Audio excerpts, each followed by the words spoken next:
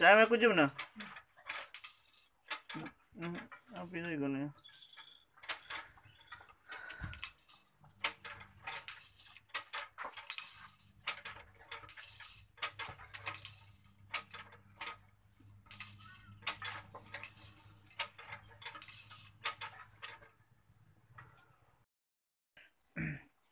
ये भी साॻी शाल है, लेकिन हिन जो विच जेको आहे उहो थोरो ख़ाली आहे, हिते फुल कढ़ाई कोन्हे थियल। ये भी वॾी शाल आहे, मर्दाना शाल आहे, ॾाढी बहितर ठहियल आहे। ऐं सॼी इहो आॾाणे जी यानी हथ जी महिनत आहे।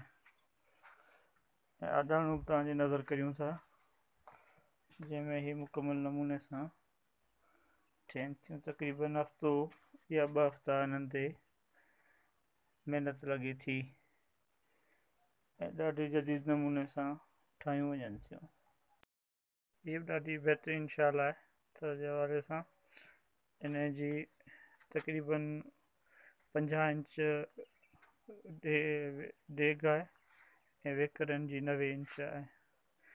ऐं ही बिल्कुलु ई जेको आहे सो हथ जी महिनत आहे ऐं ॾाढी हसीन ठहियल आहे।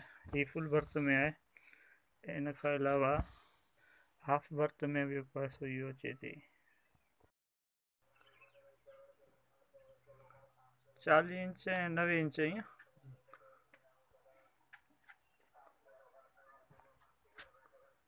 ॾाढी हसीन शाल आहे लेडीज़ जे हवाले सां। 40 इंच ऐं 90 इंच।